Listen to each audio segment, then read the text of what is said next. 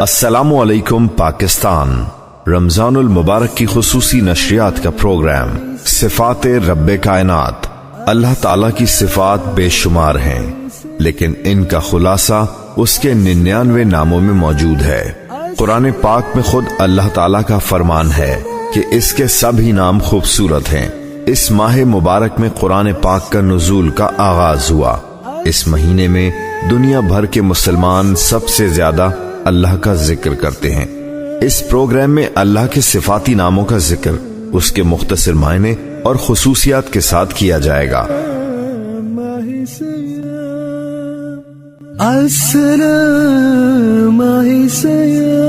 آج کے پروگرام میں بات ہوگی رحمان اور رحیم کے صفاتی ناموں کی۔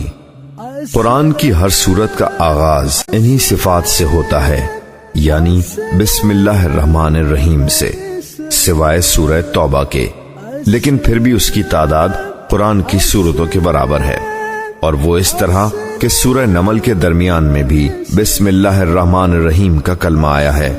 پھر قرآن شریف کی ایک سورت بھی اللہ کی اس صفت کے نام پر رحمان ہے، جس میں مختلف حوالوں سے بار بار جتایا گیا ہے تم اللہ کی کون کون سی نعمتوں کو جھٹلاؤ گے، اور یہ سب نعمتیں اس کی مہربانی ہی سے تو ملی ہیں، جن کی کوئی نہ حد ہے نہ شمار۔ اللہ تعالیٰ نے اپنی صفات رحمان اور رحیم کو ہر چیز پر مقدم رکھا ہے۔ رحمان کا مطلب ہے بڑا مہربان، اور رحیم کا مطلب ہے بے حد رحم کرنے والا۔ خود اللہ تعالیٰ کا فرمان ہے کہ میری رحمت میرے غضب پر غالب ہے۔ ایک حدیث کے مطابق اللہ تعالیٰ کی رحمت کے اگر 100 حصے ہیں تو ان میں سے صرف ایک حصہ اس نے زمین پر بھیجا ہے، جس کی وجہ سے انسان ایک دوسرے پر رحم کرتے ہیں، اور 99 حصے اللہ نے اپنے پاس رکھے ہیں۔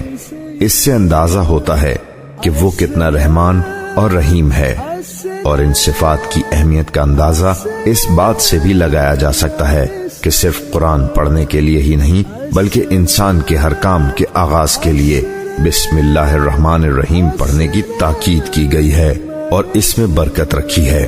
اس کا مقصد بھی یہی ہے کہ انسان اپنے ہر کام میں اللہ کی ان صفات کو پیش نظر رکھے، اور اس یقین کے ساتھ کام کرے کہ اللہ اپنی مہربانی سے اس کے کام کو آسان کر دے گا اور اس میں کامیابی عطا فرمائے گا۔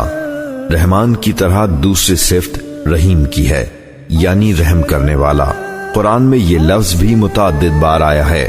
اس سلسلے میں بھی سب سے اہم بات یہ ہے کہ اللہ کا انسانوں پر کتنا رحم ہے کہ ان کو گناہوں پر سزا بچانے کے لیے توبہ کا طریقہ بتایا ہے کہ انسان سچے دل سے توبہ کرے اور آئندہ اس گناہ سے بچا رہے تو اللہ تعالیٰ اس پر بے حد رحم کرتے ہیں اور اسے معاف فرما دیتے ہیں۔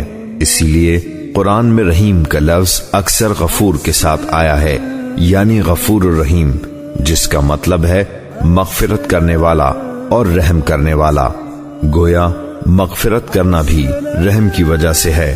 ایک حدیث کا مفہوم ہے، رسول اللہ صلی اللہ علیہ وآلہ وسلم نے فرمایا کہ روزانہ رات کو اللہ کی رحمت اس بات کی منتظر رہتی ہے کہ کوئی دن کا گنہگار رات کو توبہ کر لے، اور اسی طرح دن کو منتظر رہتی ہے کہ کوئی رات کا گنہگار دن میں توبہ کر لے تو وہ اس کو معاف کر دے۔